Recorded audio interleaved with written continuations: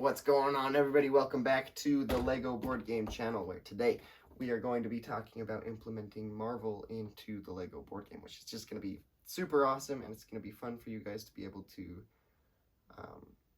start playing with this, because then you just kind of have, we're almost to the point where you have something for everybody. You got Marvel once we're done with this, and the same criteria goes for DC, so technically you'll have Marvel and DC. And then we have all the gun stuff so that you can use for Star Wars, which we do need to talk about that for like Jedi and things, but it's not a big deal. And then just like basic military stuff, I'm sure you could do Halo super easily, but that's the other cool part, is that once you guys have been playing this for long enough and kind of understand the ins and outs of it, is you guys can make your own stuff. You can make your own game modes and bring in your own characters and everything. Like, even if you wanted to make your own superheroes and play with them, you could totally do that. Like, seriously, that's totally a thing, and it would be awesome. But anyways, and then for today, we're just going to be going over Marvel, obviously. But we won't be going into, like, each guy individually, because that would take so long. Instead, we're going to be talking more about, like, a criteria to do it with, because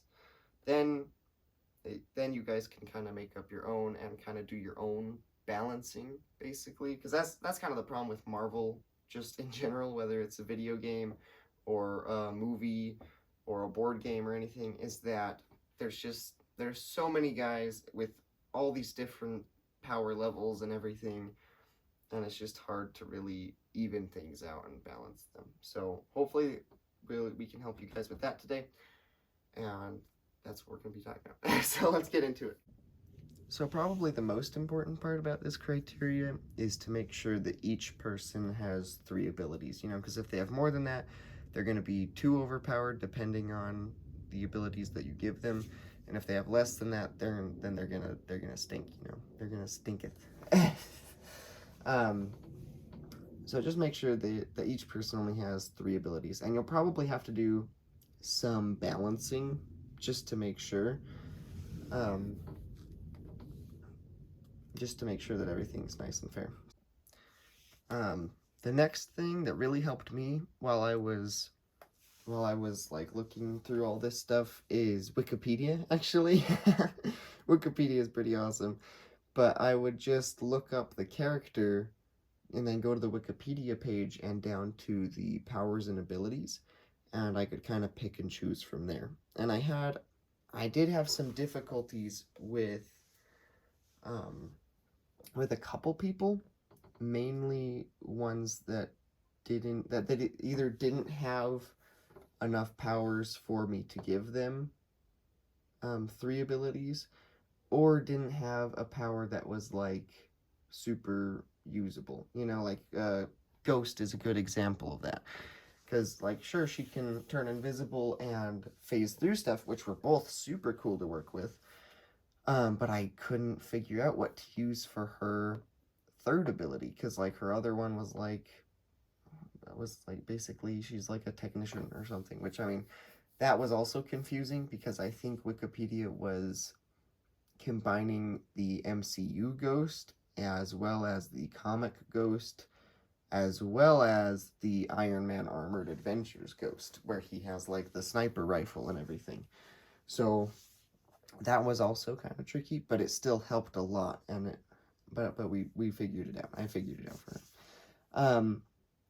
The other person that I actually had a hard time with was Taskmaster, because Taskmaster can mimic other people's abilities, but I couldn't do the same thing with Taskmaster that I could do with Super Adaptoid, because Super Adaptoid can mimic any powers like that he wants. As long as he sees Hulk do a super jump or have super strength, he can do that. The problem with Taskmaster is that he can only do whatever is in human capacity, so he can't turn into the Hulk just by seeing the Hulk be the Hulk, basically. So what I ended up doing with him is, let me show you, actually. Let me pull out the book. Is for each ability, I gave him almost 2. So you could choose between 2 times 2 damage or the shield block, and you could do that for each of those, which actually turned out really nice, because then you can have more of a strategic choice. So yeah, just kind of a quick recap. 3 abilities, and Wikipedia really helps. Now, the life count, I found is actually pretty even. You know, you can give somebody like Hulk extra lives and everything, but it almost doesn't, like, because Hulk doesn't have like a bunch of powers or anything. It worked out pretty well. Now again, you will have to balance some of this stuff, because you're probably going to come across someone who's just super powerful and has more lives than everybody else and does more damage than everybody else and is faster than everybody else. You're going to end up having somebody like that. So you'll just have to balance it out. And I think that should pretty much wrap it up, because that gives you guys all the information that you need to make your own stuff. I will hurry and tell you guys about the main one that I had some pretty major struggles with, was Super Adaptoid, because of, like, he doesn't have any inherent powers other than just being able to mimic other people's powers. So basically all I did with him was, once he sees someone use a power, he can have that power, like, basically. But I limited it to 1 power per person, so he couldn't take, like, Doom's Doombot power as well as his force field and then pair it with Deadpool's regeneration. He would have to take Dr. Doom's force field and then pair it with Deadpool's regeneration and then pair it with Iron Man's repulsor blast or something. And the other thing is that it has to be in his sight. He can't just, like, do it, you know?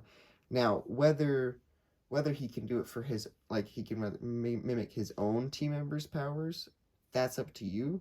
I've done it one way of not doing it with the teammates, but I think it makes sense that he could do it with the teammates.